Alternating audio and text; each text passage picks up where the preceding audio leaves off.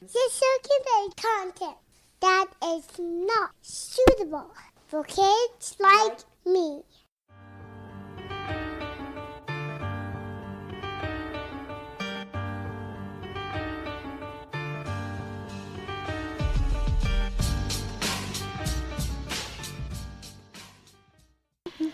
Welcome to Crime Crazy, the weekly true crime podcast with Aaron Klein and Diana Seacon, where we prove we know nothing about our legal system, but we're still crazy for a good true crime story.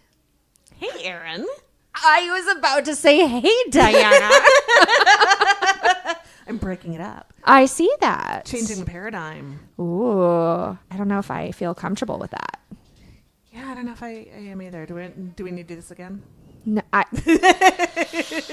maybe I'll just do some creative editing or something and figure it out. Excellent. So how was your week? I don't even remember.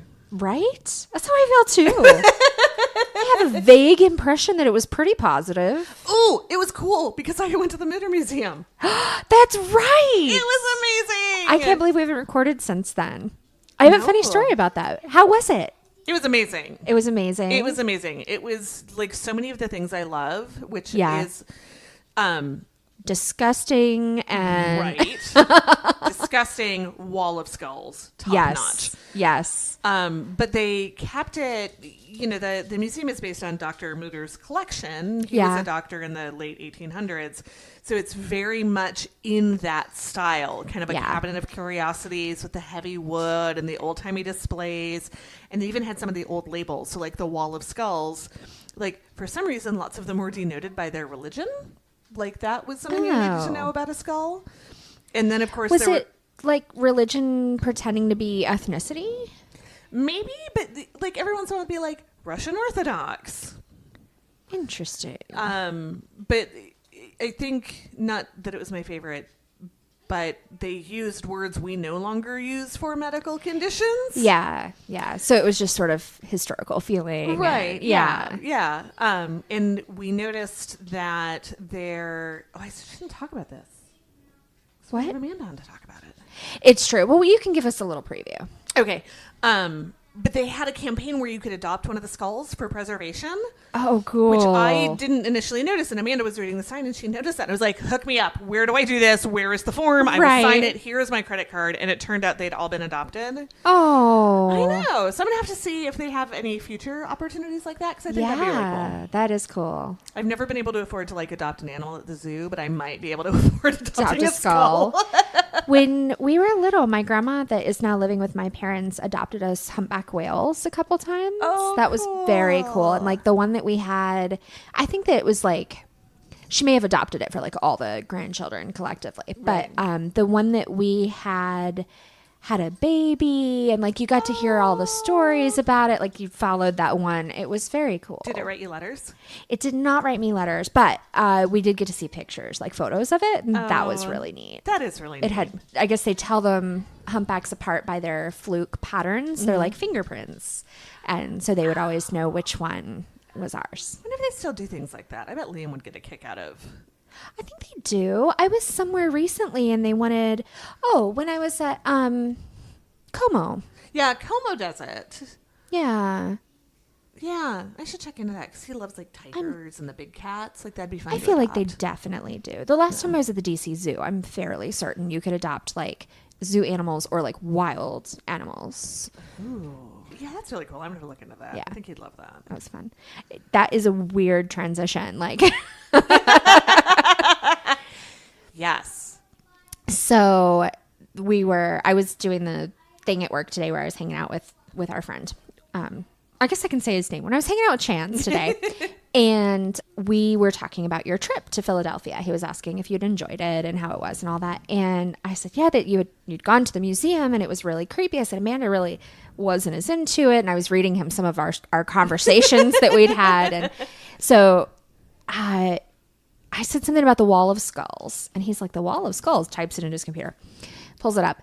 And he's like, oh, there's a wall of skulls. And then so he's looking through it. I was like, and then he's like, that is a huge colon. You saw the huge colon, right? I saw the huge colon. Was it enormous and insane? Yes. And they had a picture of the guy with the colon still in him. Oh. And he looked deeply uncomfortable. 29 years of constipation, or 27 or whatever. Yeah, no, and so I don't know if Amanda was pleased by this story or not, but I was telling her that there's been some speculation that Elvis may have had a problem like that, which would kind of explain like the guttiness of his later years. Yeah. And apparently he just had horrible constipation problems, but I mean that could also be like the opioids. Yeah. But the other thing too that I think it was on the sign by the enormous colon, was that people with that particular condition often die on the pooper. Yeah. Which Elvis 100% did. Yeah. So not that that's... And the giant colon guy too, right? That's where they found so, him. Yeah, I think so. Yeah. So, we're not going to know. I don't think anybody's going to go looking for that. But, yeah. Interesting. But yeah. Huh. So I really learned two things at this museum. One is that, and this is the thought I have pretty often, like there are just so many things that can go wrong. Like I'm amazed any of us make it like to birth or adulthood or anything. Yes. And syphilis really tried to take out the human race. Syphilis is insane. It is holy balls. Yeah. Like I swear like half of the exhibits were about things syphilis had done to people. Yikes. So nasty. Thanks, antibiotics. Yeah, we were talking about the colon, and I didn't know its backstory. I think you had mentioned it, or Amanda had, one of you had mentioned that you'd seen it, and I was like, oh, is that the guy that ate everything? He's like, what are you talking about? I was like, the guy that ate everything. Yeah. No, not his. No, but then I got to explain that and tell him about all the things that, oh God, what is his name? It's not falafel, but it reminds me of the word falafel. And so I'm fairly certain we did an episode on him, and they thought that he maybe ate a baby and all of that. So. Didn't he just have horrible pica? Well, and also some weirdness with his digestive tract, because he didn't gain weight. He wasn't hugely obese or anything, but he could eat an enormous quantity of food and inedible things, and it would just go right through no problem, and he couldn't fill himself up. And I think it was something wrong with your hypothalamus, but also something with his intestines. Oh, no, I was thinking Cushing's disease, but that does make you you can gain weight with that, but you just don't ever feel full. I think is part of it. Yeah, there was something with him. And then they also speculated, and I'm trying to remember, this has been so long ago, but I think that they also speculated that his eating habits contributed to how easily things would just go right through him. Oh, sure. And so then it was no big deal for him to eat things that were not edible, like bricks, and he would do it as sort of a sideshow kind of thing. And yeah, why not? Yeah.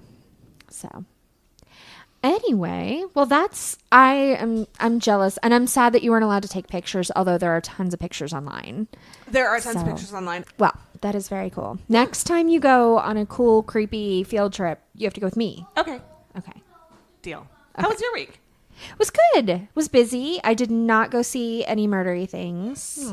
We did almost blow up the house. You were here for that, though. I was here for that. Yeah, we had a gas smell that was unexplained. So we could still potentially at any moment blow up. I did something else this week. What? I very quickly got over the gas story, and now I'm on to the next one. I bought us a mascot, and her name is Mirabelle Claire. She's very cute. She is so cute. There are, by this point, pictures of her all over social media. Yes. But she has a creepy little house, and she is delightful. And mostly she's a mascot because I need an excuse. But also she lives in the podcast room with her skull house. And so, Diana, did you learn anything this week? I did. Oh, she's so excited. I've been so excited about this all week. I am excited. I learned that geese make good guard animals. Oh, I bet they would. They do. But I wouldn't want one. So, first of all, apparently they have better eyesight than humans.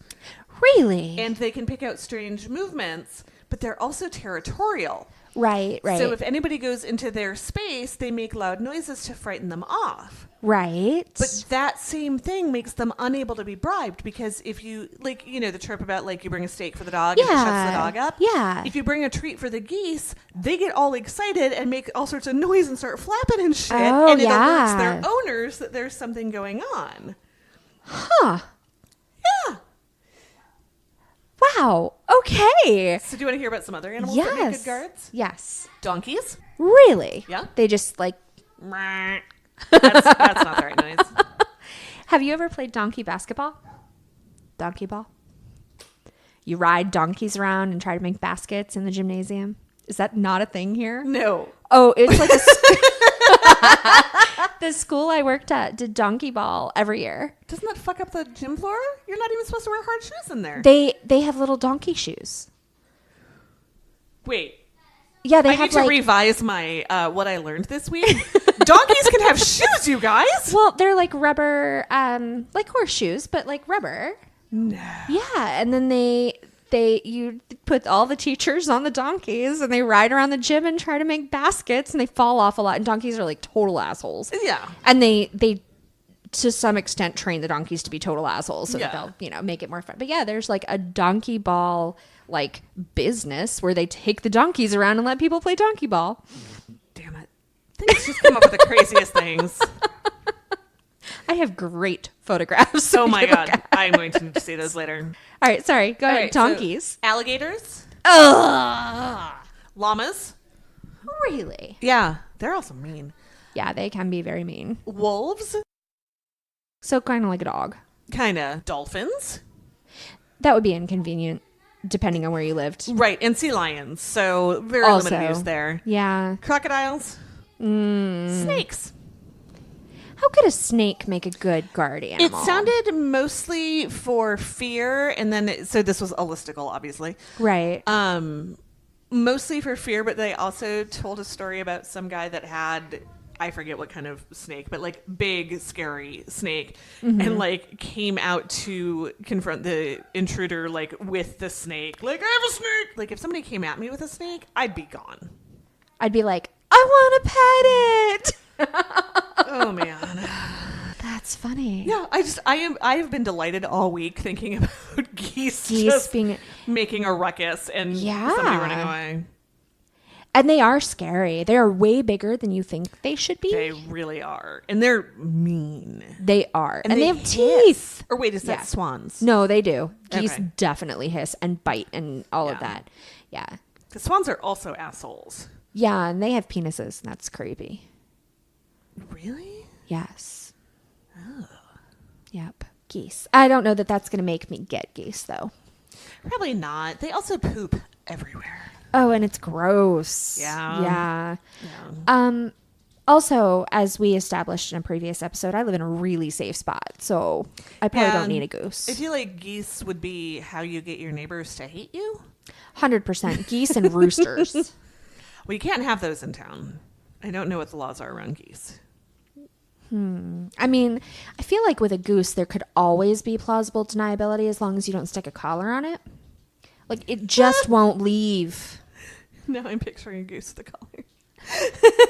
I mean, to be fair, I'm fairly certain you would like put a little leg band on if you were actually going to tag it. Actually, I know for a fact that's how you tag a goose. No, a little, But like the bow ties you get for Oliver. yes. Oh, a goose in a bow tie would be amazing, So especially cute. a Canada goose in a bow tie. Yep, very cute. Yep. So, Erin, Yes. did you learn anything this week? I did. So my thing that I learned is crime related. Okay, I mean, reasonable. Yeah, it is crime related because I've been watching a lot of HLN because that's where Forensic Files comes on. What's HLM? It's a TV station. Okay. I don't know. That's where Forensic Files comes on. Fair enough. So anyway, they have a new show. coming out, and it's called How It Really Happened. It's not out yet, but they play the commercials every 30 seconds. Right. So some of the commercials are fine.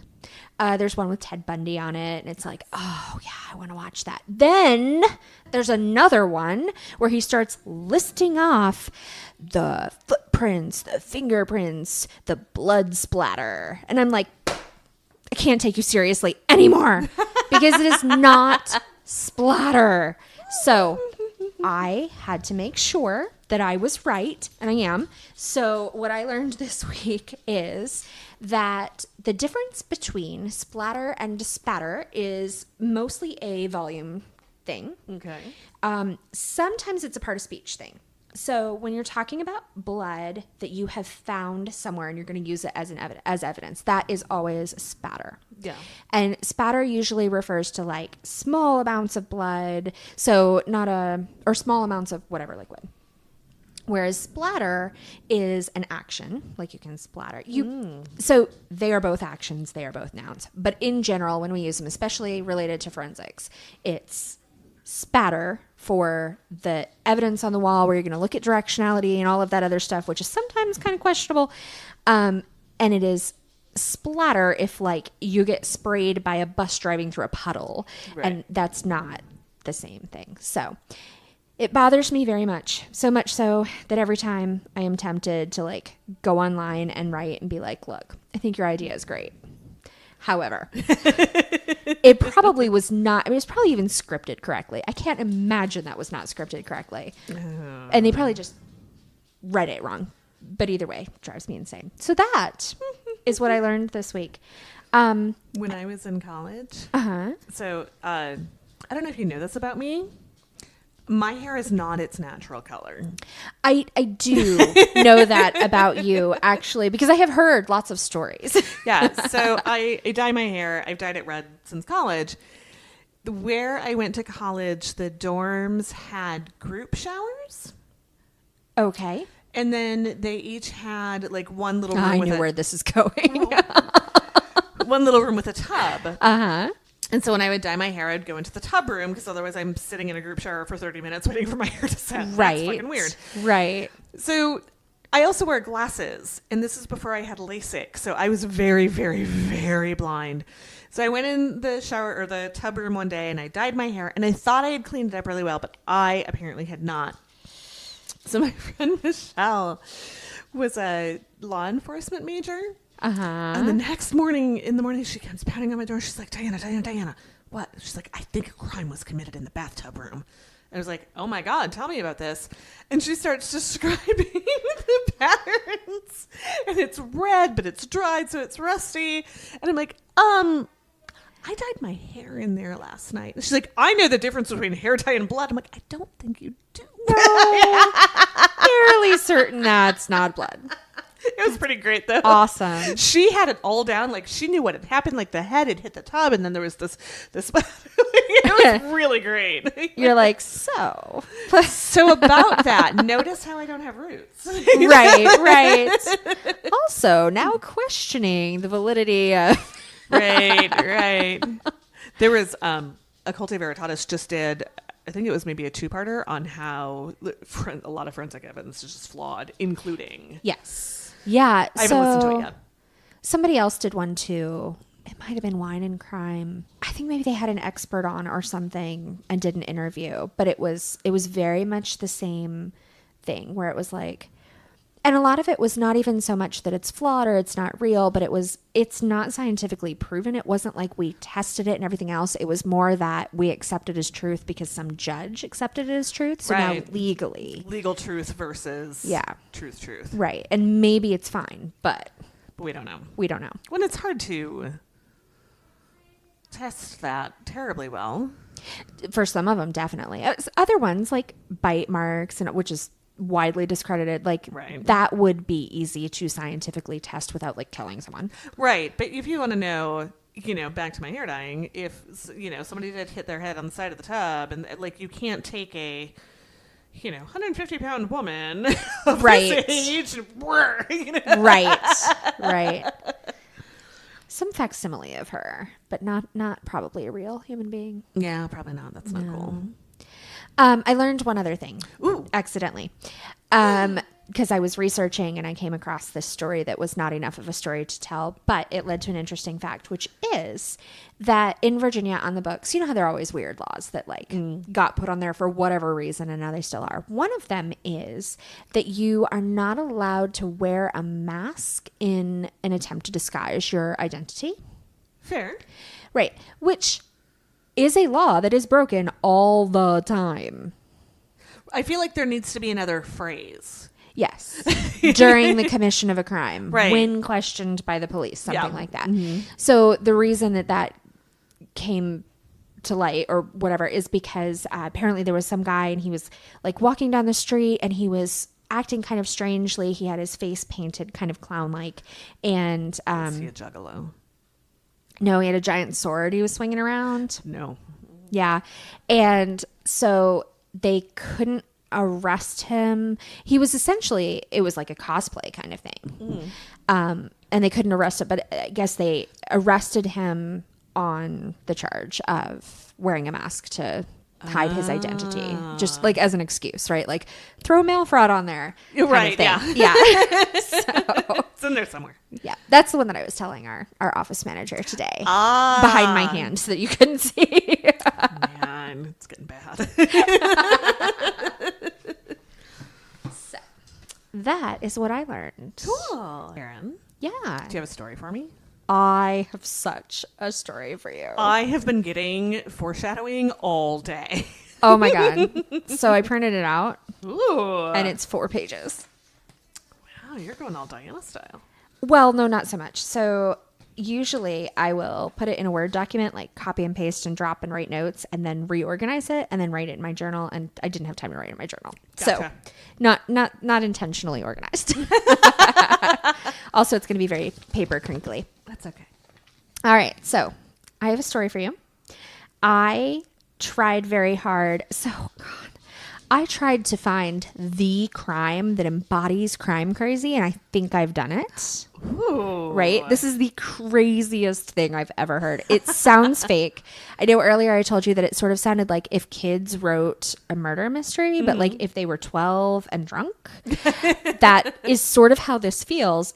And that's a little bit what happened. I am so intrigued. I am so excited to tell you the story. But I will preface it by saying that it is like it's not a fun story, but it's kind of a fun story because it is bizarre. It is also sad. And there's like some major mental health issues, which I think is kind of goes hand in hand with a lot of crimes. Right. But, and that part is super sad. So I don't want to make too light of it, but at the same time, like amazing story. So here we go. It's not heartwarming, is it? Oh God, no. Okay. We're all good then. So this is a story of 2 boys, Mark and John. Their names are not Mark and John, but they are both minors. So that is what they have been named. Okay. They are also British. And one of the other things that I both learned and know nothing about is about how much control the government and like the legal system has over what can be printed in the press. And which I realized was, you know, more stringent than what we have, but apparently like considerably so. And so this story took a really long time to fully develop because things were so hidden. And apparently you can actually go find the unredacted names of at least one of these boys because it was originally published somewhere and has since been redacted. But I did not do that because they're kids. They're not kids now. Actually, they are not that much younger than I am now. Oh, wow. Yeah. Assuming they're both still alive or whatever. Because Right. this took place in like 2004 or 5, I think. I'll get to it. It's in my notes. So John is kind of our main character. He was 14 and 15 during this time period. He's brilliant. Just absolutely, I think probably like genius level, like one of those kids that we would have read about in the paper no matter what kind of kid. He is obviously not actually called John. He's sort of dark complected, dark hair, maybe a little bit Asian, which we'll get to in a minute why I say that. He's an insanely gifted storyteller, very persuasive, very creative. He is an only child of working class parents, or at least working class mother and other something. Very respectful, polite, definitely college bound before this incident. So John, when he was really young, one of the articles I read said like 4 or 5, but that did not ring true, being the mom of the 5-year-old. But anyway, he found like a picture of him or something, and it had a different last name or some weirdness. He discovered that his dad, the guy that lived in his house and was married to his mom, wasn't his dad. Okay. That he had another father. And mom told him that bio dad was extremely abusive, had physically and sexually and emotionally abused her. At one point had apparently kidnapped him. Ugh. And so she had gotten away from him, and now she was married to stepdad. Well, according to John, at least, not like verified anywhere, stepdad really into drugs. So like just shitty. Then when he was 7, his stepdad left. And so all of a sudden, mom had nothing, like no means whatsoever. They had to move to a smaller apartment. It was really awful. She was really depressed. Sure. I think she had lots of emotional and probably like mental health issues. He apparently at that point, and I don't know if this was a thing that continued, but even at 7, like experimented with cutting and like just, I mean, he's a little kid. At school, he didn't do well because he was super, super smart, but he was bullied by a lot of kids. He only had friends that were girls, and so people would call him gay, which is not ironic. He was gay, but not, at 7. Well, I mean, yes, at 7, but he didn't probably like boys or girls at 7. Yeah, so everybody had cooties. Right. And he also got a bunch of racial slurs because he looked Asian. And so he always suspected that his biological father was maybe like Indian or something. Sure. He also had some other things, and they didn't say that he was diagnosed with OCD and depression and paranoia, but he definitely had like super rigid, I guess, rituals, but like around getting dressed and habits and like how things had to be laid out and what order things had to happen. And so also structure, but over time, yeah.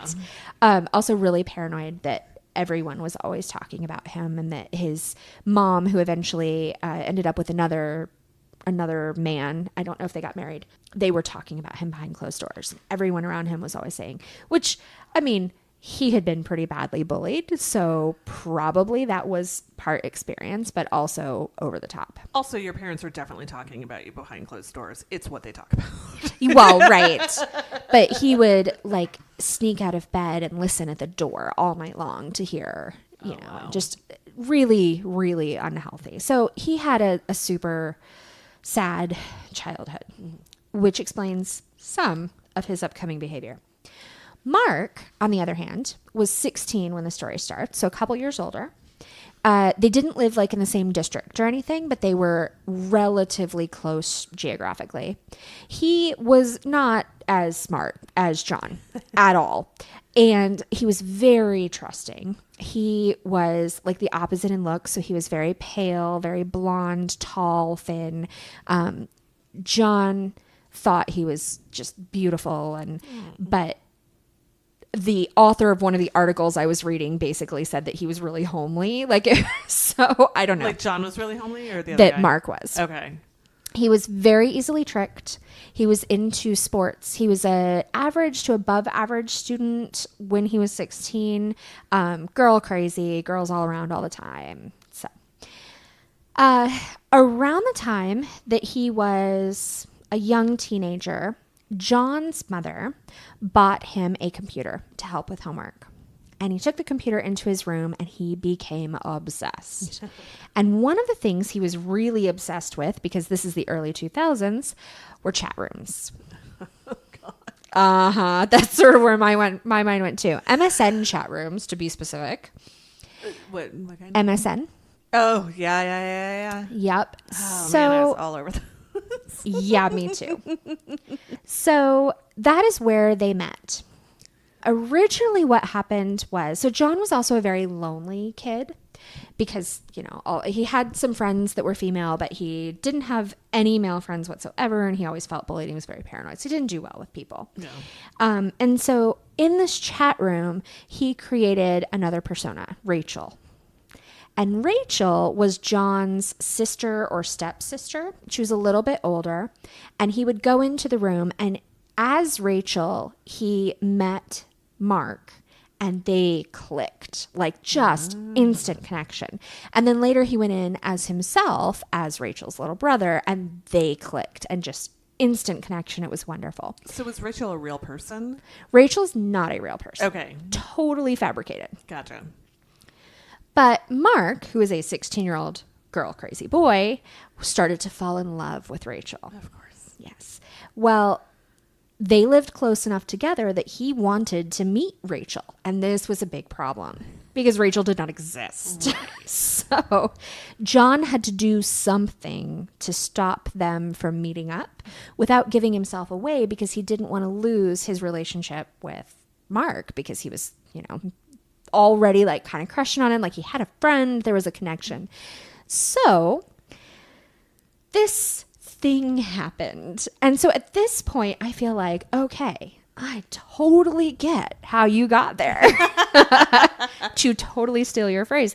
But then it got out of control. So he started to make up other characters and storylines. And at some point, there were at least 6 other characters of varying ages, Oh, wow. men and women, and they were insanely convincing. So much so that later, when it became an issue that police needed to investigate, they were not for a very long time aware that one kid had made up all of these personas, and they were trying to figure out who these people were. Wow. So they were all different ages. He could change his language to match the different characters. So one of them was like a 44-year-old woman who was like, very proper and whatever, and totally convincing. Wow. He could be that voice, and then he could go back and be himself. So these characters would come in, and they all talked to Mark. Wait. As a 43-year-old woman, first of all, not sure I pull that off successfully all the time. But why am I talking to a 16-year-old? Oh. Oh, wait. Okay. Yeah. No, that's why this took 4 pages to write up. Holy moly. All right. So here are the characters. Lindsay East, Rachel East, not related. Kevin McGregory, Dave McNeil, Janet Dobison, and then, of course, Rachel and John. Whatever. He went by his real name. Right. They were a girl in distress, and Kevin, I forgot Kevin, a homosexual blackmailer / stalker, a genial schoolboy, a top spy, a rapist, a murderer. Yeah. Wow. The characters would come in the way that he wove his story. Basically, one of them would say something that might not be quite believable. And then at some point, somebody else would loop around and they would confirm it in some way that made it like, okay, that was totally implausible, but it has to be true. Just amazing. I want the history of this chat room, and I want it to be a novel that I can read because it sounds fascinating. When the police analyst looked at it far later, she said she couldn't find one mistake or misstep in the entire thing. That being said, there were two things that we'll talk about later that were kind of mistakes or missteps, but more like one of them was a mistake. The other one was maybe a little intentional. Okay. So the story that he started with was that John and Rachel were being stalked by Kevin, who was this man who was very dangerous. Apparently he was like a self-proclaimed stalker. He was homosexual. He wanted to like track them down and hurt them or kidnap them or do something horrible to them. And somehow that I was not entirely clear on, in order to prevent this happening, one of the things Mark could do to help, because he also spoke to Kevin. Kevin would get on the chat room and talk to him, that if he would perform certain sexual acts, like mostly masturbation, on camera, then that would keep Kevin, I guess, happy and distracted. And he would not threaten John and Rachel at that time. So he did. I feel like that's not sustainable. No. Well, and even though he did, and Rachel found out about it at some point, was apparently like, oh, you don't have to do that for me, blah, blah, blah. Like, they all popped in and out and had their own personalities. And even though that happened, Rachel then vanished. And Kevin himself came in to tell the sad story of her demise, that he had abducted her, taken her to, I think, his apartment. A bunch of friends had essentially gang raped and murdered her. Oh my God. Yes. And I'm going to read this to you with the intention of probably cutting it out. But when he told Mark about it, he told it in graphic detail of what he had done. He said, we kicked her in the stomach, put her head underwater, then out, freezing cold, and she stained my sheets when she was bleeding. You weren't there for her, however much she screamed for you. Yeah. Oh my God. At that point, teachers and parents noticed Mark's grades drop significantly, and he was having a rough time. Sure. At the same time, John, who was now there to console his friend, even though his sister was the one that was murdered, fell head over heels for Mark. But in a weird, obsessive, unhealthy way. Right. I mean, obviously, already weird, obsessive, and unhealthy at this point. All sorts wrong. Yeah. Mark never told any adults anything. So this had happened. It was a secret. He never, ever told. So Mark was so depressed and just distraught over losing his girlfriend. I mean, online they exchanged like, I love you and blah, blah, blah, just very, very much in a relationship, that John decided that he probably needed to do something to help ease this a little bit. So a new character entered, Lindsay East. Mark liked her and they became closer than John would like. So she died.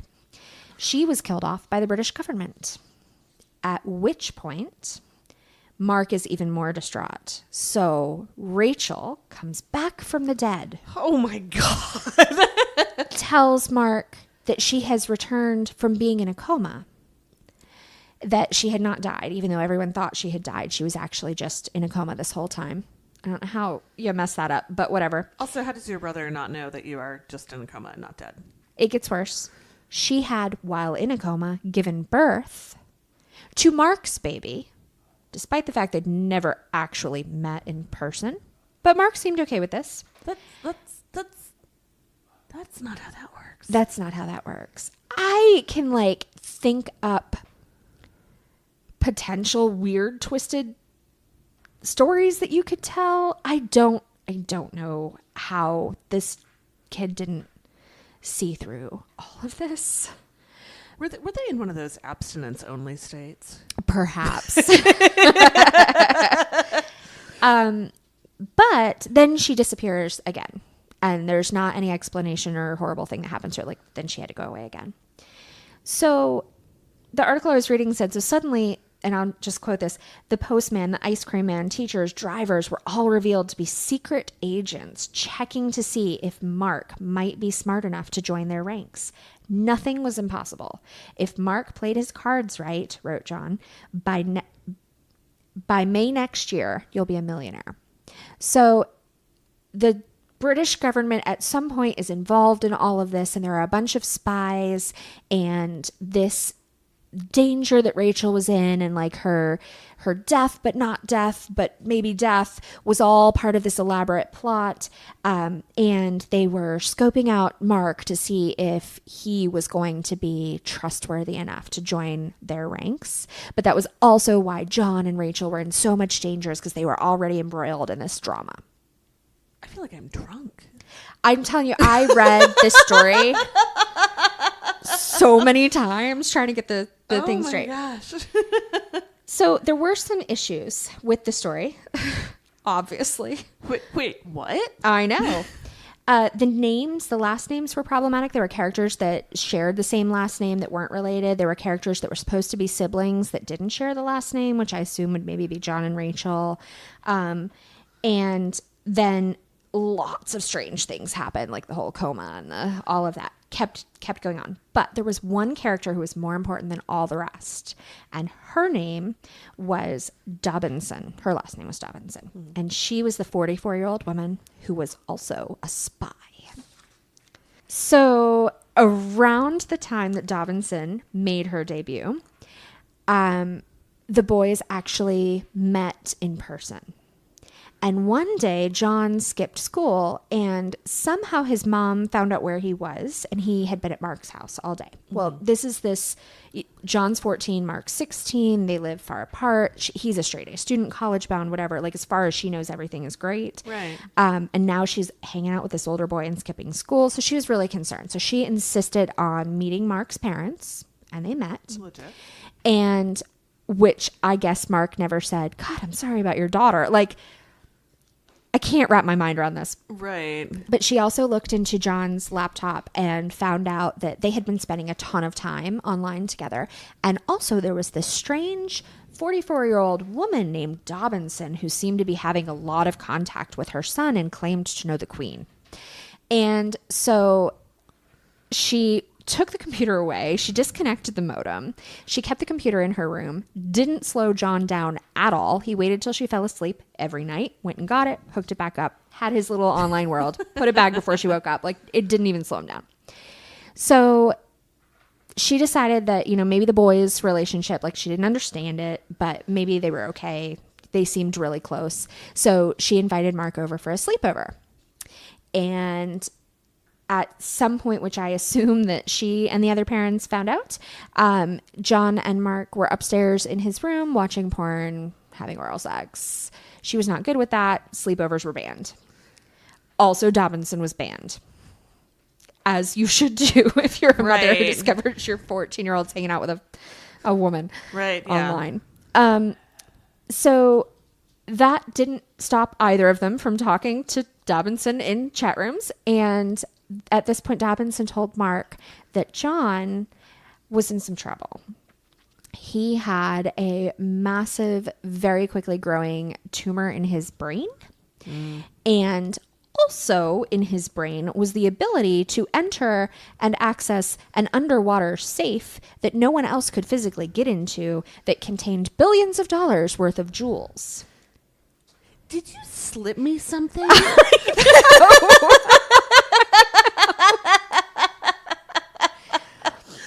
And because of these billions of dollars worth of jewels and a tumor and some sort of weird brain imprinting technology, Mark was going to need to kill John. Oh, boy. For this task, he was going to be rewarded about 80 million pounds, sexual favors from the 44-year-old woman. I was going to say, not from the Queen. Not from the Queen, however. A career as a spy. You don't need that if you have 80 million pounds. Apparently, it was still really exciting. With a contract that, like a signed contract, so they wouldn't be able to take that away from him. Well, I mean, yeah, it's the EU. They have worker protections. And he would be meeting personally with a very grateful Prime Minister Tony Blair. I mean, that would be cool. Right. So he was given a number, 47695, which was apparently like the official documentation or order or something to go kill his friend. Alrighty.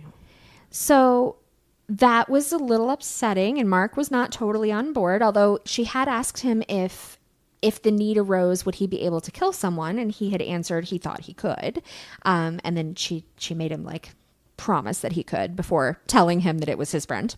Well, I feel like, if you asked me, could I kill if it came down to it? I mean, I think I could. Right. But in the situation, not 100% sure I could. Right. But so Mark was a little leery, hesitant. So John got on and said, hey, Mark, so you remember when I was all depressed a couple of weeks ago? Well, I went to the doctor. I had a brain scan. It turns out I've got this huge tumor growing in my brain. Like, it's really bad. Nothing about the safe, nothing about kill me, blah, blah, blah. Just like confirmed it. So I imagine that's kind of how all the conversations went. Were like, you know, let me jump in here, pretend I know nothing about this person that has just talked to you, and like say something so that you'll. So I think he really was pretty persuasive and pretty masterful with all of that, even though listening to the story without living it throughout periods of months, it's like, come on. Yeah, but that's the same as any kind of, I guess this was an abusive situation, but. And catfishing. Well, right. But you get used to that. Like, yes. You build up to. If he just, dropped right in and been like, I have a massive brain tumor. I'm involved in government spy activities. This woman knows the queen. Like, bullshit, I'm out. Right. You build and build and build. Yep. Start with a fake 16-year-old sister who could totally be real. Yeah. And then now here we are. So John did have a little hesitation himself about being killed because he was ordering his own murder. Right. And so he gave him, just in case, an abort code.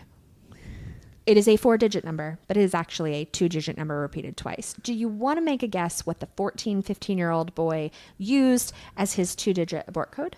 If it's not 69, I'm going to be real disappointed. 69. There we go.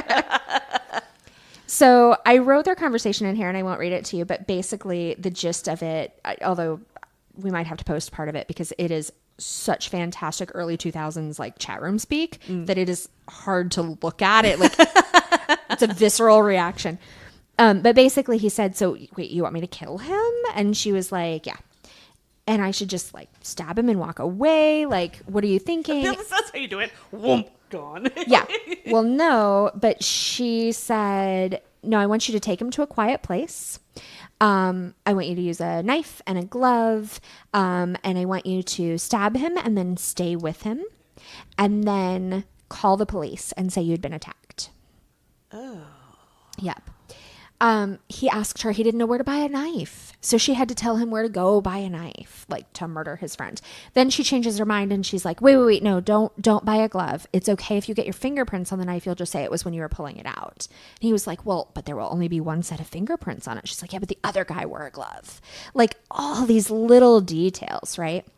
So the other thing that she said, you love him, right? He said, of course. She said, you have to let him know that. As you stab him, you have to let him know that you love him. Yeah. So he was concerned about what would happen after and how all this would go down. And she said, oh, it's no big deal. Like I impersonate people all the time. When you get to the police station, when the police bring you in to give a witness statement, I'll be there. And I'll be like the head chief, blah, blah, blah, like the person in charge. And I will come get you. You'll be released. You'll, meet the grateful prime minister. You'll get all this money, blah, blah, blah. So they go to the alley. John is pretending not to know any of this. Mark tells him he loves him. He said, this is also a quote from him. He said, this is what John told the police. Yeah, this is what John told the police. Mark did it once, stood up, holding me, did it again. He was kneeling on me saying, trust me, holding the knife to my stomach. There was blood coming out. Then he got dragged to his feet again, stabbed him again. John screamed, call an ambulance, I'm dying. And Mark said to him, shh, people will hear. Please be quiet. And he said, you've killed me. He said, don't say that, begged Mark. Don't let that be the last thing you're saying. So after 20 minutes of holding his bleeding friend, so he stabbed him once in the chest, which was not very deep, and then he stabbed him in his stomach. He had ended up having to have major surgery. He died a couple times on the operating table. Basically, his stomach filled with blood, and then he couldn't breathe. Sure. He was on a respirator for days. Even when he survived, and even when he was conscious and able to speak again, he asked for a psychiatrist and couldn't get one. He was put on a waiting list. Oh my God. And so this kid obviously needed help way before this. Right. So after 20 minutes, he called the police. He told the police that some guy early 20s ish, wearing a black hooded jacket, black jeans, had come in and stabbed his friend. Just they put out an all points bulletin. They wrote articles in the paper. Like, this was a big thing. However, things didn't quite line up, and they went back and looked at, there was a closed circuit camera that filmed the entrance of the alley, which was a dead end. The only people who went in were John and Mark. So they knew that it had to be him, and they ended up arresting him. At that point, they looked back through some of the internet logs. They tried to figure out what was going on, because there were all of these characters who were obviously different people, and they were trying to determine for 3 months if this was a bunch of like school bullies who had banded together and created, like, it was obviously fake, but like, who was it that was faking him out? Was it like some sort of, I don't know, group of like popular kids or something that were like trying to get him to do something bad? Was it like actually adults? Was it something where they were trying to lure the boys away, and maybe it was like a ring of pedophiles or abductors or whatever? Yeah. There were over 190 email addresses registered to all of these different characters. They had to sort through all that shit. They were all Johns. Oh my gosh. They questioned Mark about it, and he said that he did it because he heard voices, and they were like, okay, that's bullshit. Go back to jail. Send him back to jail. Right. At one point, they arrested a woman because she shared a name with one of the characters. Poor girl had no clue what they were talking about. Oh my gosh. So they let her go. The weird thing was, Mark obviously believed all of this very strongly to some degree, but he never asked to see Dobinson, never spoke about Tony Blair, never asked to get paid, never asked to be released. So like, what happened? What went through his head that he believed it so much he would kill his best friend, but then didn't expect to see it like followed through? Right. Eventually it came down to a couple of things. In one line, one night, shortly after Rachel had come back and then disappeared again, John, as another character, wrote, "Would you be mad if you found out that I was pretending to be Rachel back from the dead?" And apparently that got just totally overlooked by everybody and was not a big deal. But like, he kept having these little bits of like remorse or concern or like second guessing himself. The other thing was, he used a word that he created, and he used it for multiple characters, John and Kevin and Dobinson and Lindsay. So like most of the characters. And it was mybye, M-Y-B-Y-E, instead of maybe. And they determined it was an intentional spelling, like his own little thing, but he had accidentally used it for a bunch of characters. Oh. When they looked into that, and they noticed that Dobinson, who was the one they were the most concerned about, had used it, they started really looking into who she was. And they tracked some of her activity and found out that she'd been posting from John's computer. And she had been the last one logged on before the attempted murder, and that she had been logged on at least once when he had been the only one in his house, but he had definitely been home. So they arrested John for attempted solicitation of a murder of himself. Ooh. And the judge, even when the lawyers came and they were like, so we're going to charge him with murder. And he's like, of who? Well, himself. He's like, that is bizarre. Right. But let it go. So the really tragic part, more tragic part, is that nobody told Mark all of this stuff until court. Oh. So the first time that he heard what all went into it and that it had all been John all along was in court when his lawyers were pleading the case and saying, here's why we're bringing charges against him. And or the prosecution was saying, here's why we're bringing charges against John. And like, here's why he's less culpable. And he was shocked and stunned. Yeah. So both boys pled guilty. Mark to attempted murder. He was given 2 years supervised or supervision order. He was not allowed to have any contact with John. He was not allowed to have access to the internet unless there was an adult supervising. He could never go in a chat room again. John was given 3 years of a supervision order. So both basically parole or probation. Thank you. Banned from any contact with Mark. Also not allowed to get on the internet. He pled guilty to perverting the course of justice and incitement to murder. I'm sorry, perverting the course of justice. Yeah. I love the UK. So Mark's response when he heard all of this had happened was, "I've been a fool." John later talking about tricking his friend was sort of two minds. On the one hand, he talked extensively about how trapped he felt by the whole world, that had gotten out of his control. And there was that was his whole life. He had nothing. He had so this all happened in June of 2003. Back in March, he had basically shut himself in his room and stopped eating and like was wasting away, just totally obsessed with this world. And there was no way he could get out of it without dying. Like that was his whole identity. On the other hand, he said that tricking Mark, that telling him all of these things and persuading them that they were real was a lot like he thought like giving someone heroin, or it was like feeding a dog. And it was just super easy and he just ate it right up. That is horrifying, right? From a person of that age. Yeah. So since then, both boys are long done with everything. The last little bit that I could find about John, his mother said that he had a girlfriend. He told his he finally got a therapist.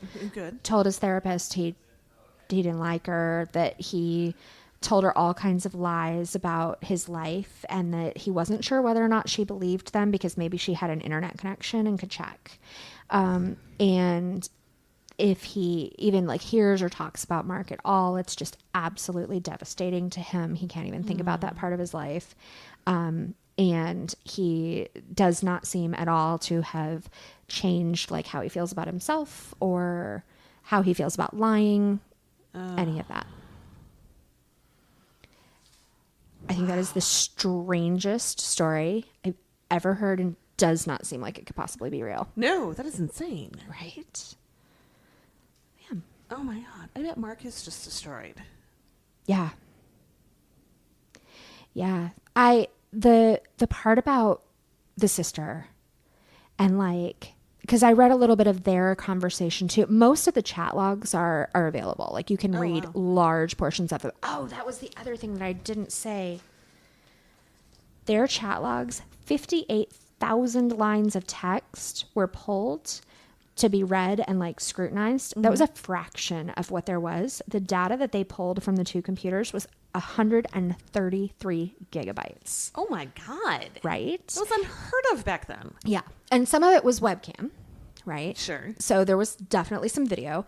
I guess a lot of it was stored on MSN servers and stuff. So it wasn't like they had to have that kind of storage. But yeah, 133 gigs of crazy. Months of just talking and spinning gosh. these insane stories. Once again, I am not smart enough to be a criminal. Oh my God. Not like that. No. I can't imagine anybody is. I barely keep a handle on who I am. Right?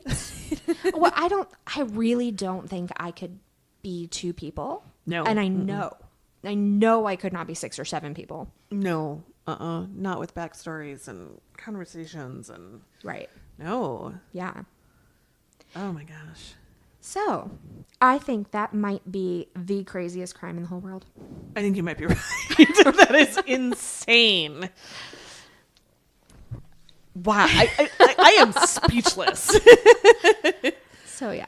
Wow. I definitely read it a bunch of times because the first couple times I read it, like it started as a listicle thing, and then I found an article, but then I found a second article, but it was just a copy of the first one. And it was really hard to look for because the names aren't real. There are no last names. Yeah. The judge's last name was given in one of the articles, and so I was able to find the longer one with more detail, and we'll post that one. I've got that one definitely on here. Yeah. And oh my God. First of all, it was beautifully written. Oh. like the person who wrote it was very, very talented, and like it read like a novel, but also just insane. It is, yeah. So, wow. One of the lines from one of the articles was like, so this is basically Romeo and Juliet, so it had to end. Like, it's a love story. It has to end in death. Well, every ghost story is a love story. Mm-hmm. So, that's my story. Holy shit.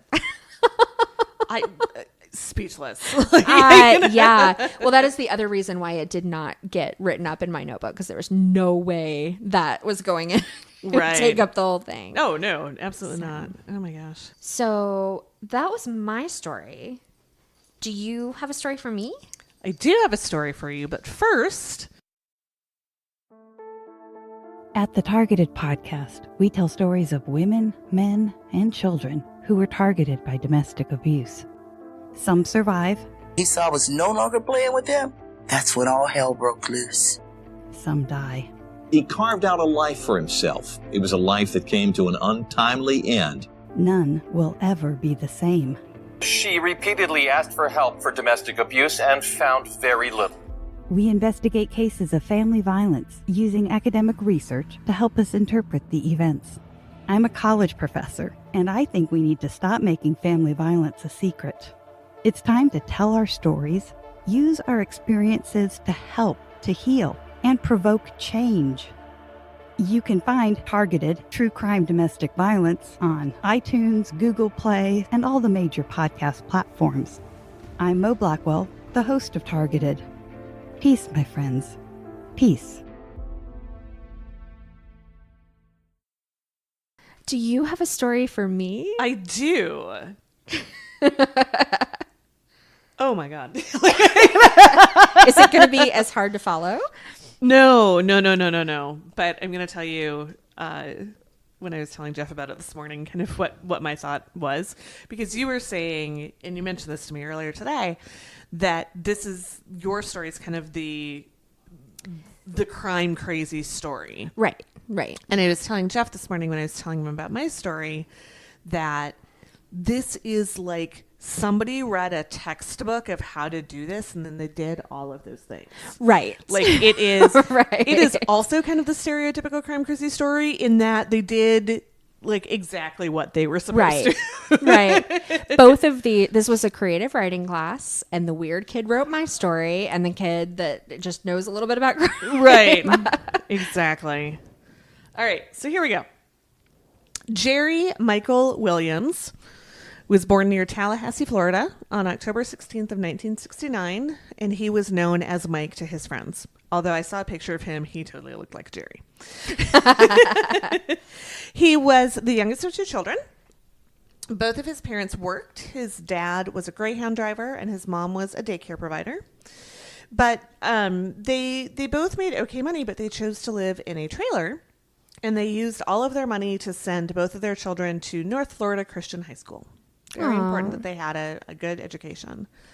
So there, Mike was really successful. He was student council president. He played football. He was active in Key Club. Is that something you had in Virginia? Yeah. Okay. Mm-hmm. When Mike was 15, he began to go duck hunting as a hobby. And he also met the woman that would become his wife, Denise Merrill. Do you think ducks make good guard dogs? I don't know. Do they make a lot of noise if you... They make a lot of noise if they think you have bread. But what if you don't have bread? I don't know. I don't get chased by ducks like I do with geese. It's sort of like the little fluffy dog, guard dog, instead of the Doberman. Right. After high school, he went to Florida State University. He majored in political science and urban planning. After graduation, he worked as a property appraiser. And he and Denise got married in 1994. He was very successful. It's reported that by the time of the events that we're about to talk about, he was making about $200,000 a year. So this is, I think, 2000. So he was making bank. The owner of the company he worked for said that Mike was the hardest working man I ever saw. And although he worked really hard, he also found time to duck hunt. And he would often get up in the morning and go hunting and then go to work. Nice. Really dug the duck hunting. Yeah. Mike and Denise had a daughter in 1999, and the following year his dad died. So this is speculation on my part, but, you know, at this point, he is newly a dad. His dad has just passed away. So he was probably thinking about those sorts of things, as you do.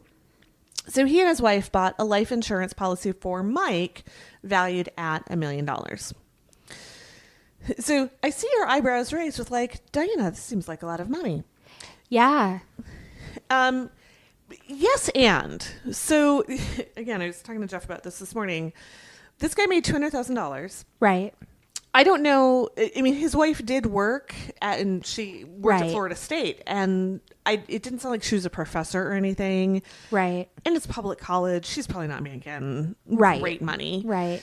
So I started thinking about like how we've set up our life insurance. Yeah, it needs to be however many years of. Well, right. And when we set it up, you know, we looked at if I died, you know, I want you to be able to pay off the house and send Liam to school. And if you don't want to work while he's still in school, like, we'll make it so you don't have to work. And, you know, all of those things. So when I look at, you know, not even 1-year-old daughter. Yeah. A wife that is probably underemployed. Right. $1 million seems reasonable. It does. Like, not enough, even as an agent, not enough to raise flags if I looked at the entire situation. That seems reasonable. Right. Yeah, you could definitely maintain your lifestyle for a while without having to work real hard. Well, and if you invest it well, you know, pay off the house, invest, like you can do some good stuff with $1 million. Yeah. And again, tax free too. If they set it up with post-tax, nobody cares. You care, Diana. We know you care. I do care. I do care. It's very smart. They purchased this policy through Brian Winchester. Oh, okay. He was a childhood acquaintance of Denise's, and he had over time also become best friends with Mike. Okay. No, again, but again, this is speculation on my part. As a former insurance agent who hung out with other insurance agents, you are like advised to practice on your friends.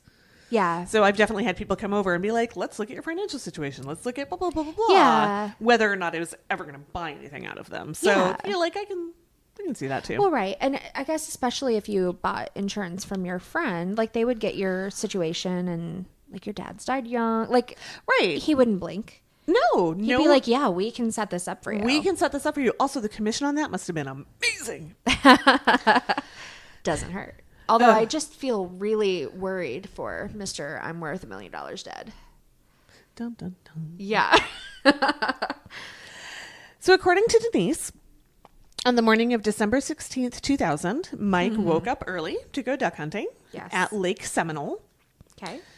But he was planning to be home that evening because they were going to celebrate their 6th wedding anniversary. Aww. He never returned. Right. I feel like you saw that coming. That was actually the raised eyebrows when you said that he was. Like, we're talking about life insurance. He's gonna die. Yeah. At around noon that day, Denise called her dad to tell him that Mike had not returned. So he went looking for him. Okay. He went looking at the areas of the lake that Mike was known to frequent. Apparently, Lake Seminole is a big lake. It's kind of on the border of Florida and Georgia. Okay.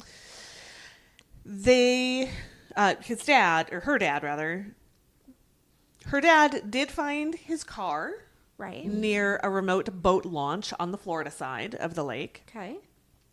They called investigators with the Florida Fish and Wildlife Conservation Commission. Okay. And they began a search. But it had to be called off that evening due to storms. Yep. Because this incident had been reported as a missing hunter, the FFWCC handled the initial search and investigation, and they really focused on the 10 acres around where his truck was found. I mean, that makes total sense. Right. Missing hunter happens, big lake. Right. Florida. You never know. So searchers in a helicopter found the boat. Oh. It had Mike's shotgun. Shotgun's still in its case. Oh. The part of the lake that boat was found in is called Stump Field.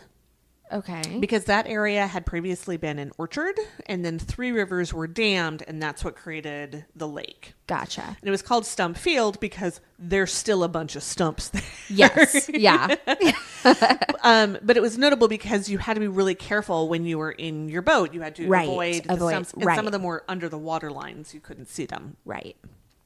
Searchers initially assumed that Mike had hit a stump with the boat, fallen out, sunk into waters which in that area are between 8 and 12 feet deep, and drowned when his waders filled with water and he was unable to get himself out. That sounds completely reasonable. What time of year is it? December. Okay. So I mean, but it's Florida. It's not that cold. I was gonna say, like, here in December, that is not a problem because the lake is frozen. Yeah, you wouldn't sink in that. You don't sink in that. You just fall out and go boom. So here's something else I don't know. Do crocodilators hibernate? Wait for it. God damn it. If we ever get merch, we might just have to have one that says wait for it. Yes, no kidding. The search was called off in early February. The case was considered open. Investigators didn't suspect foul play, but they did note that they really didn't have any evidence one way or the other. They didn't have evidence that there was an accident. They didn't have evidence that he was dead. Right. It was just MIA. Yeah, just totally gone. It was speculated, and this was after the fact, so I don't know if it was, 2020. Right. That the search might have continued if Denise had indicated that she wanted it to. But they looked real hard for 6 to 8 weeks. Yeah. So part of me is like, no, Denise totally is in on whatever is happening here. The other part of me sort of wonders if this happened, like after 6 to 8 weeks, you might just want somebody to say it's over. We're done. There's nothing more we can find out. Right. Yeah. I could see that. I have a suspicion about how this is going to end. So here's something to note. We have this working theory that he fell out, water filled his waders, he couldn't get himself out, he drowned. Right. If this had happened, if this is the way he had died, he would have joined a class of 80 of people who had died in that fashion in that lake. Wow. But he would have been the only one whose body wasn't found. Ah. A private search firm was hired by Mike's mom to provide additional help during the initial search, and they speculated that alligators in the area may have dismembered him and stored the remains in locations that humans were unlikely to find. Sure. Or maybe his body became entangled in the beds of dense hydrilla beneath the lake surface and found by alligators later, with turtles and catfish finishing up the leftovers. Oh, absolutely.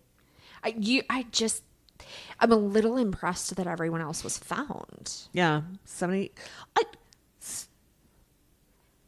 people! Yeah. Well, right. If you didn't find them right away, there are a lot of things in Florida that will eat you. Right, including some people.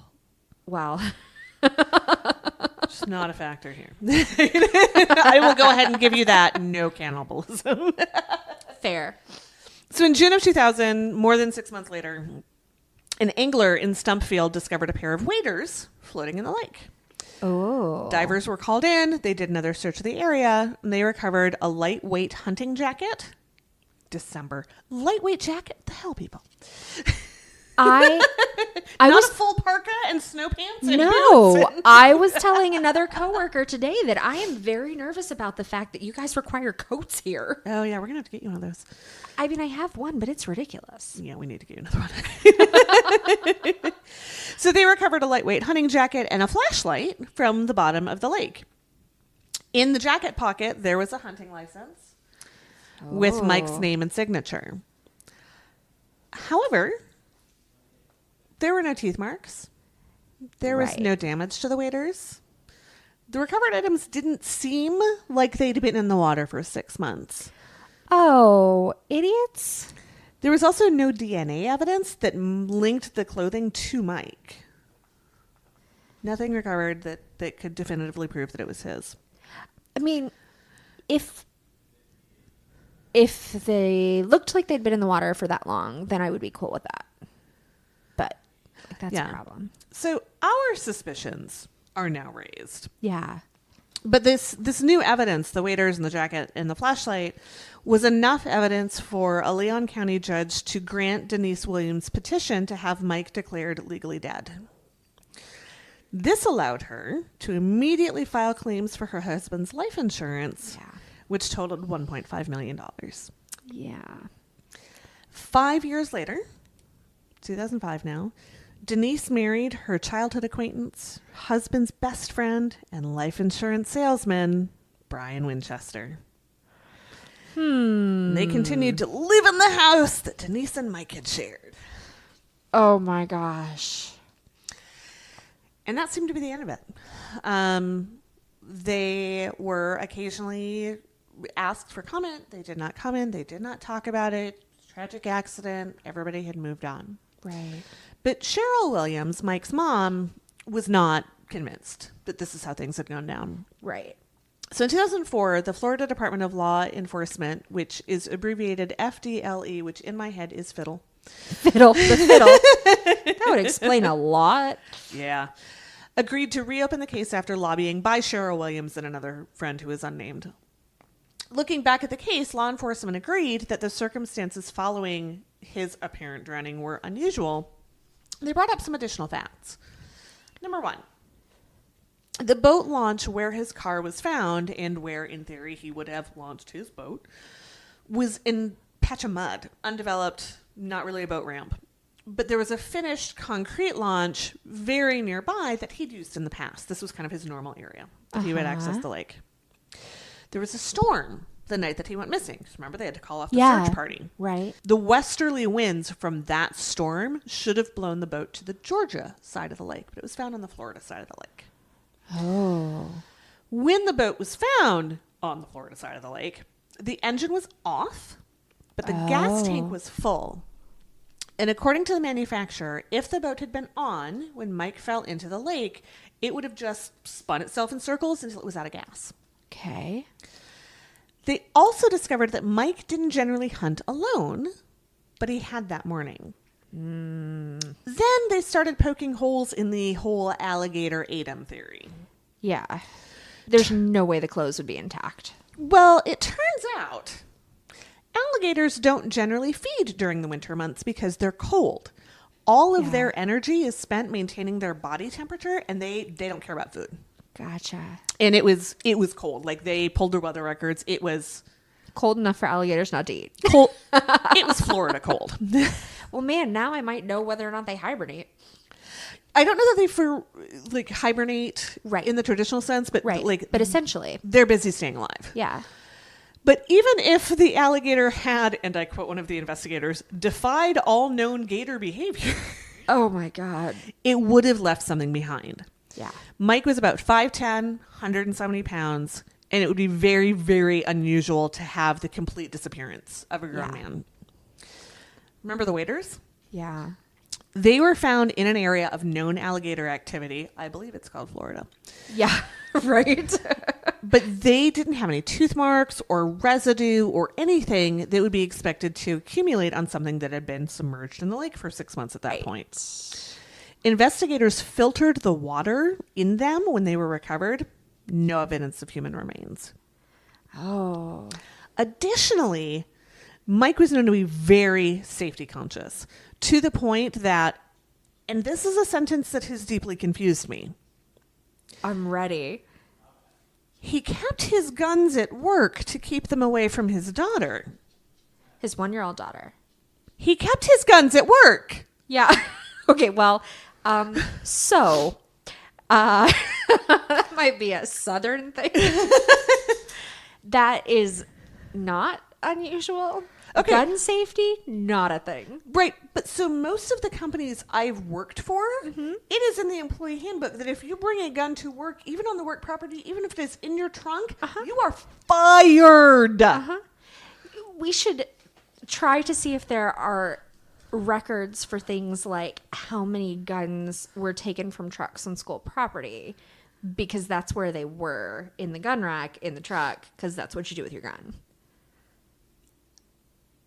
There's none. None. The pet store we frequented gave you a discount if you had your gun on you when you came in the store. Yep. Speechless for the second time. That's it. I love every single building I go in here is like, no guns on the premises. And I'm like, it's amazing. Because no, seriously and literally, any family owned anything. I mean, first of all, you could go buy them anywhere. But also, if you have your gun on you, you get a discount and a high five and a puppy. Like, that was just a thing. So, but no, that sentence seems not reasonable. It seems absolutely ridiculous. And yet, I would not have looked at it twice. oh my gosh. The thing that caught me was like, what's the 1-year-old going to do? But well, other than that, I mean, how many stories do you hear about, you keep it under the bed and it's, loaded Yeah. and the 1-year-old crawls in and shoots everything up. it's a big deal. Well, and it's not as big of a deal here, but also remember that my family's Canadian.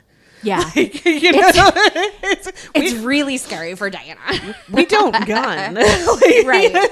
I don't get it. No. I don't get it. I was raised Don't like get it. nobody needs a gun. No one Like, needs a gun. No, absolutely. I mean, I hear the argument, I need a gun because everybody else has a gun. I hear it. It doesn't make any sense, and no one needs those guns either. Right. If nobody had a gun, then nobody would have a gun. Right. Anyway, so he was safety conscious. Again, with the guns at the office. Safety conscious in a illogical kind of way. Well, or perhaps a logical for Florida kind of way. But the other part of that is that he never would have put his waders on until he was ready to get in the water and start hunting, because that is dangerous. Because you can get them filled with water and then you die. Right. And he certainly would not have been driving a boat with his waders on. No. The jacket and the flashlight that were recovered were also in great shape. The flashlight turned on. Like, still worked. Yeah. So based on all of this, investigators no longer believed that he'd fallen out of the boat, drowned, and then been eaten by alligators. It was reclassified as a suspicious missing person. Yes. However, because foul play had not at all been suspected during the initial investigation, Right. crime scene hadn't been protected. No. His car and boat had been returned to his family. Yep. People had walked all over the scene during the search. And the items recovered from the lake weren't retained. Oh. Without any evidence and without a body, Yep. it was impossible for police to make a case. Yeah. In 2007, Fiddle closed the case. I was like, fiddle. Oh, fiddle. They closed the case. They were convinced that the alligator theory was wrong, but they just didn't have anything No, else. right. A possible new lead emerged in October of 2007. Okay, this is where this kind of thing just blows my mind. Like, someone got away with it. They got 100% in the clear away with it. Textbook. And then now there's a lead. The Colonial Parkway murders can totally be solved. That's all I'm saying. Oh, yeah. Oh, yeah. Mike's older brother found a photograph Oh, no. and a serial number of a .22 caliber Ruger pistol that had once belonged to their father. Okay. After Mike's disappearance and after he was declared legally dead, it was the only one of the firearms that Denise had not returned to her former in-laws. Apparently all the guns went to live with them. Well, they can't be around the daughter, and now there's no work, so. Right, no office to put them in. Right. The ATF was asked to look into it.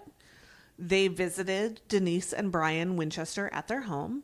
And after that, their attorney delivered the gun to the Florida Department of Law Enforcement. Okay. It was sent to the state forensics lab for testing, but those results have never been released. What testing, like whether or not it had been fired? I'm guessing there wasn't much detail on that, but the gun had not been turned over. It was a family thing, I yeah. don't know if it's heirloom, but so yeah, I don't know what kind of test they did. They never released the results. I guess if you shot somebody close enough, you could look for blood. Yeah. In 2008, the Florida Department of Financial Services Division of Insurance Fraud. Holy shit. It Florida. took like a whole line. What is wrong with you? In conjunction conjunction with Fiddle, began investigating the case as potential insurance fraud. A lot more leeway there, I believe. Yes. So it was noted that Denise's petition to have Mike declared legally dead mentioned only the Kansas City Life Insurance Company policies that Brian Winchester had sold him, and not the other policies that Mike had through other vendors and other means. Because she wanted to conceal how much life insurance money there was? Because it's in the petition to declare him dead, not that she didn't claim from those other companies. Right. I wonder if maybe she didn't know. Because I'd be willing to bet at least $200,000 of that was life insurance his work had on him. Right. Maybe he bought supplemental life insurance. Again, Right. reasonable amount Yeah. to have life insurance. Maybe she just didn't necessarily know the know. extent of them or who they were through or any of Okay. that. So Flora, the very long insurance fraud name was also eventually closed due to lack of evidence. The Division of Insurance Fraud's lead attorney, Mark Schleen, said, "Our job was extremely difficult and we were simply unable to develop enough evidence to proceed with the investigation." That Nothing. seems fair. I'm still confused, though. I'm sorry. So go back to the sentence where you said that she only mentioned the one on the petition for death. It was noted that on Denise's petition to have him declared legally dead, it only mentioned the Kansas City Life Insurance Company policies that had been sold to him by Brian Winchester. But what is the significance of that in relation to an investigation about insurance fraud? I think they were looking to see if Brian or Denise were involved in his death, because that was the insurance policy that they had bought not too long before his death by somebody Right. they knew, and he was declared legally dead. I don't have the date on it, but it was within a couple of months, which I didn't look into what it takes to be declared legally dead in most places, but I thought it was years had to pass. Well, it was right after they found like the waiters and stuff. Right, So but it's like again, 6 no months or 8 evidence months or something. that there was even a body. There was just a pair of boots in the lake. Right. So So I think probably what they had to do is in the petition to have him legally declared dead, because I would be willing to bet, no life insurance. If she was not earning the money that he was, which I suspect is true, they had a house in a very nice suburb. Yeah. She probably needed money to Desperate. pay bills, and probably that was part of the petition of, if we declare him legally dead, I can collect the life insurance, I can pay my bills, I can support provide my for his daughter. Yeah. Right. So I think there has to be a case for why we're doing this now. Gotcha. So, but okay. Which makes me think either she didn't know or she was trying to hide it to make it look like they weren't involved. I don't know. That wasn't clearly stated, but how much life insurance there was definitely minimized. Gotcha. Okay. That was sort of what I was wondering. Like, was it significant that she was in like potentially leaving the other ones out, or was it just like both of their names were on it and it was the only one she mentioned, so that was suspicious?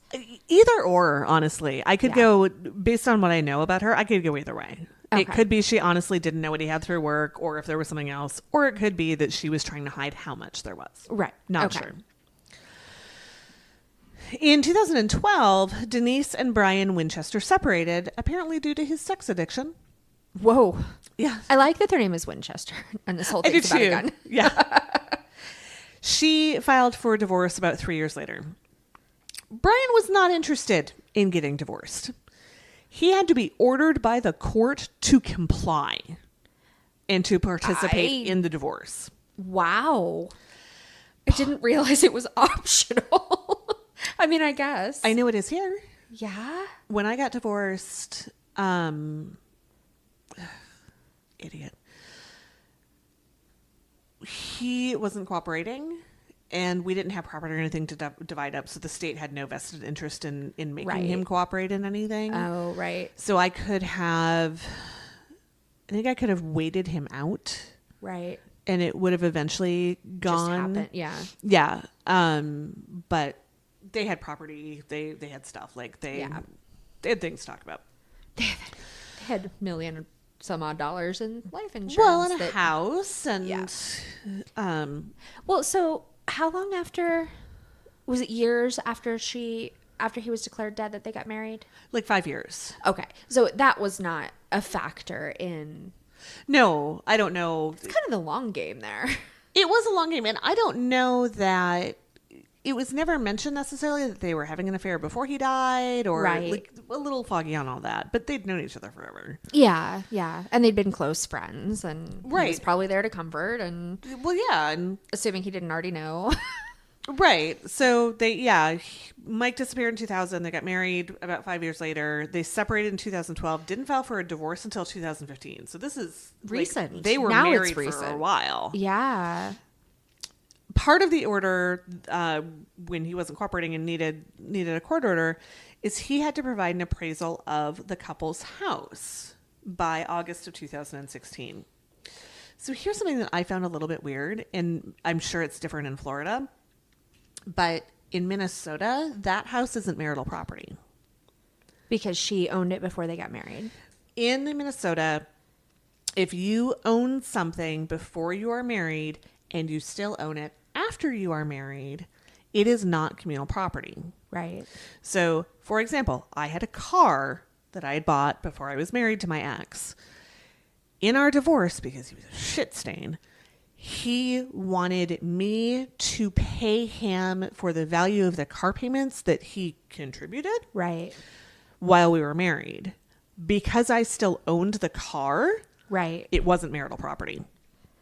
Is it, well, she would have had all the money though. I was going to say, is it possible that somehow he was put on the mortgage? Like they refinanced or they something. He could have been put on. He could have been put on the deed. Things could be different in Florida. It could be considered marital property. Yeah, I just don't know know what the laws are. But that's when I read that, I was like, well, that's not even marital. Wait. Right. Well, yeah, I'm I'm not a lawyerologist. a lawyer.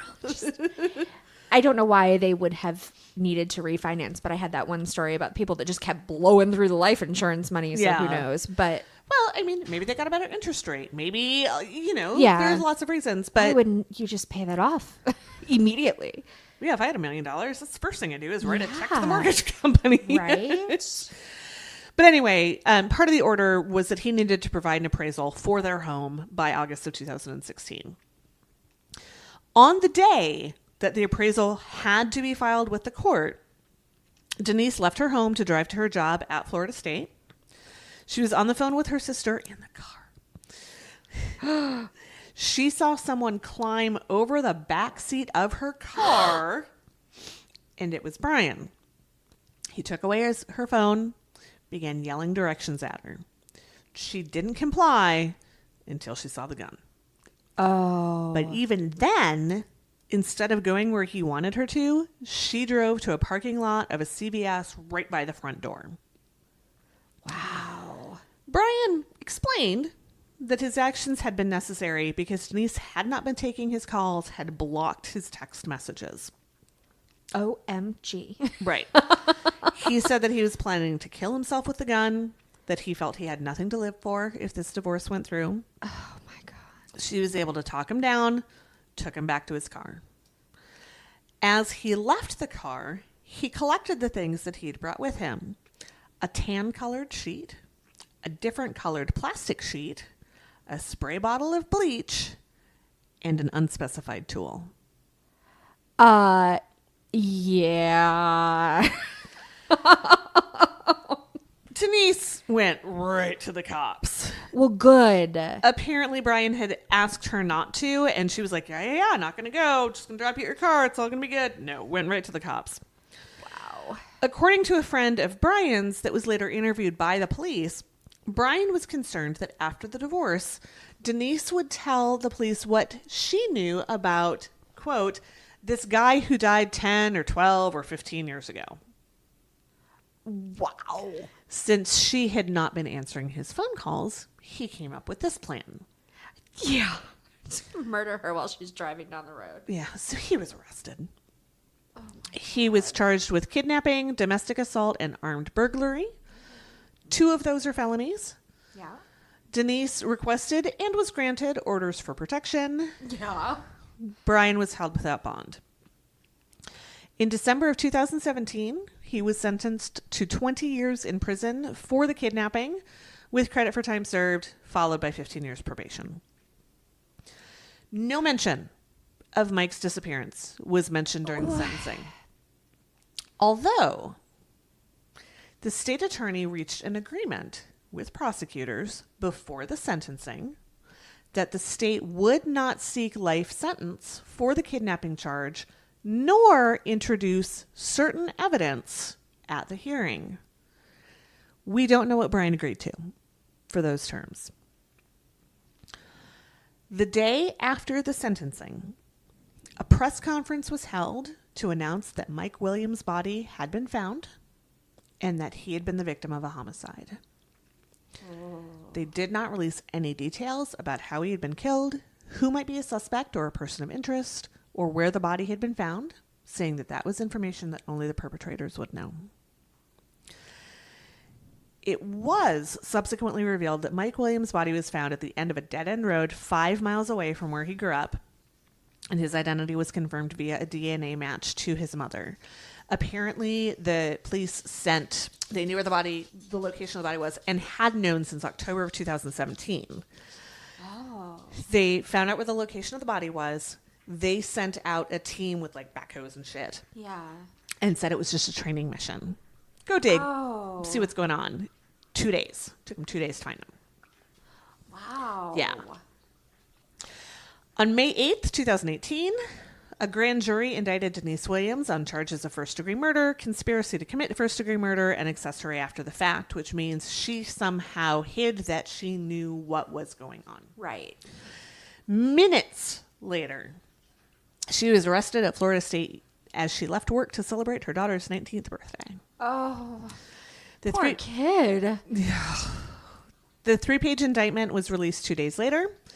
It alleges that Denise began conspiring with Brian in March of 2000, which was 9 months before Mike disappeared, and that Brian had killed Mike with a gun. Her lawyer maintains that she had nothing to do with the crime and that Brian acted alone. There is an interview that Brian has done. The audio has since been released, and in this audio, he confesses to pulling the trigger. But says that the entire thing was Denise's idea. Her defense is seeking to prevent that tape from being admitted into evidence. She is currently being held without bond, and the trial is scheduled to begin 2 weeks from today. Oh my gosh. Yeah, that is textbook. It is textbook. The most cliche murder mystery ever written. There was some point last night when I was researching all of this where I'm like, come on, use your goddamn imagination. Right. Yeah. But at the same time, like, it was still good. I definitely thought it was just her because of the length of time between when the murder took place and when they got together, like when he would have financially benefited. Although I guess if they were in it all the whole time, like I'm sure she paid him off and all of that. But sure, yeah. Although again, like the commission on that would have been really good. Well, life also insurance true. has a really high commission. Well, yeah, and yeah, he got paid twice. Like, well, more than twice because there are residuals. Like he got. Well, no, the policy had been cashed out, so no, he didn't get any residuals on it. But he got the initial commission. I'm sure she bumped some back. Right. Then he got married and like lived that life for a long time. Yeah. Wow. Yeah. Our stories were total opposite. They were, but it's funny because they're both kind of the perfect crime story. Yeah. If he had not gone bonkers and tried to kidnap his wife, they never would have been caught. No. There was no evidence. The crime scene was all fucked up. He was not anywhere near the lake. Yeah. Well, I don't know about anywhere near, but not at the lake. Right. There was just nothing. Like, they did a good job. How did they find the body? We don't know. So I am waiting for the trial. Potentially, though, that they may have been found out if he hadn't snapped. Because who knows what evidence is on the body. Well, but somebody would have had to have found the body. And if it took guys with equipment 2 days, they did a good job. Well, right. But like, how did they know where to look? So what I think happened is that there is generally a pause between either a plea or, you know, a trial or whatever and sentencing. He was sentenced in December. They had known about the body's location since October. Right. I would be willing to bet, you know, it very specifically said, we don't know what he promised as part of the deal to not seek life. Gotcha. So he gave up the... I am guessing that is what it is he gave up the Gotcha. location. They went Okay. looking. They weren't going to say anything until sentencing. They were very careful about not saying anything during sentencing to not tip her off. Right. And they must have needed additional information because they knew about the body's location since October. Right. They announced it to the public that he'd been found in December. She was not arrested until May. Yeah. They had to corroborate whatever story he told. Right. And, you know, I'm sure that there was forensics that was done. There was other stuff And that was that's done. slow. Well, even the DNA Right. takes a long time. Right. And they said that they did 2 different tests to match it against his mom. 'Cause of course, his dad is Right. gone. So I'm sure it just took a while to get all of that. But if Brian Winchester had not lost his shit, Yeah. we would know.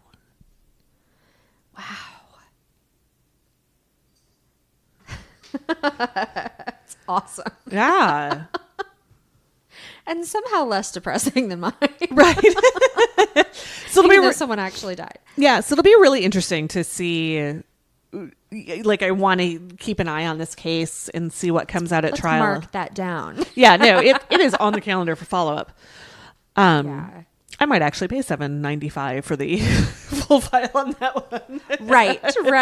Wow, that's really fascinating. So yeah, look for an update at sometime in the future because I want to keep an eye on this one.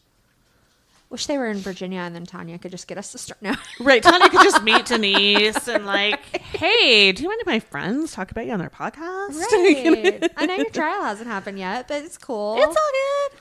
They'll keep your secret. Yeah. If you are guilty, definitely tell me. Tell me all the details. All right. Wow. Yeah. That was such a great episode. Oh yeah. This is a really good one. I'm so excited. We'll just congratulate ourselves on air We about will. how great it was. Awesome. So what else do we need to cover this week? We need to talk about our amazing fans. Yes. I love our fans. I love our fans. We have had such great conversations this week and all sorts of Yes. stuff. I hope you're enjoying the things that we're putting up on social media. Yeah. Can I give you a shout out on our podcast? Your social media game is on point. I am Like, having so much fun. oh, it's amazing. I am learning it. Like today she was posting stuff and called me over and she was like, look at this. Things I didn't know about the story I told. Yeah. Oh my Like, God. love it. I love it. So it will be out by the time this episode is released. I found something so cool today. Ooh. I'm so excited to post it. Is it the thing you showed me? Uh-huh. Yes. Yeah. It's so cool. Me too. I can't wait to read it when you post it. I'm so excited. Yeah, Diana is, if you don't follow us, she's about to tell you how to follow us. You need to, because it's like Easter eggs, right? It's like Yes. everything we talk about and then all this cool stuff about it. Yay. I'm having fun. And so many pangolins. They're so cute. They are so cute. So how can they follow us? Oh, wait, We have more. there's more. Crime Crazy is sponsored by M. Gillum and Elizabeth Wilder. Woohoo! I happen to know that around the time this episode is released, Elizabeth is going to Ireland. Ooh. And I'm kind of hoping she's listening to this on the plane. Oh, that would be good timing. So if you are, Beth, say hello to my favorite country. I don't know if I've mentioned this on the show, but my maiden name, the meaning behind it is faithful to my unhappy country. Oh, that's almost sort of depressing, though. But it's so true. Yeah. Yeah. So thank you, Em and Elizabeth. A special thank you to all of our Patreon supporters. If you'd like to support Crime Crazy, please check out our Patreon. Go to patreon.com/crimecrazypod or search for Crime Crazy Podcast. All patrons get a monthly shout out on the show. And you know what? This I week was just about to say, oh, Diana, it's time. It is. So it is monthly Patreon shout out time. Woohoo. Thank you to all of our September supporters. Of course, our sponsors, Emily and Elizabeth. We would also like to send a huge thank you to Michael, Molly, Peg, Patty, Brian, and Jonathan. You guys are the best. Thank you. If you would like to receive a shout out for doing things other than supporting us on Patreon, Or please- in addition to. yeah, oh yeah, that's fine. Yeah. You do you. Yeah. We're not picky. If you'd like to receive a shout out, please rate and review us on iTunes or your podcast catcher of choice. We give shout outs for all reviews. But we like the 5-star ones the best. Yes, we do. You can follow Crime Crazy on Facebook. We're at facebook.com/crimecrazypod. From there, you can catch up on the conversation in one of two or both groups. That was not planned. But it was very cute. We now have two groups. There is a public group. Yep. There is also a private group. So if you don't want all your friends and relatives and coworkers to know what a creeper you truly are, come to the private group. It's all good. So our public group, just casual, come on in. Yeah. Invite your friends. It's all good. Be aware that grandma can see what you say. Right. So if you don't want grandma to see what you say, come on into the private group. That's cool too. You can follow us on Twitter at Crime Crazy Pod. You can follow us on Instagram at Crime Crazy Pod. Visit our website at crimecrazypodcast.com or email us. Please email us. Yes. At crimecrazypodcast@gmail.com. If you have any story ideas, if you have anything you want us to look into, just want to share anything, we would love to get some email from you. Absolutely. In fact, next week, I am covering a story that was sent to us by a fan. Yay! And I am super excited to tell. It's a very cool story. I I mean, in a crime way. Yeah, I may also do that because there was one I was going to do this week, but it was really intricate. I'm like, oh, I'm going to do something a little bit shorter, but then. Whoops. Really thought this one was going to be shorter. You can follow us on Twitter. You're at Erin Plime. and I'm at Diana_Secon. Follow us on Instagram. You're at E-Plime. and I'm at classy_broad_MSP. She's never changing it, guys. It's a lie. I am, but I only think about it when I read this and think, God damn it, I need to change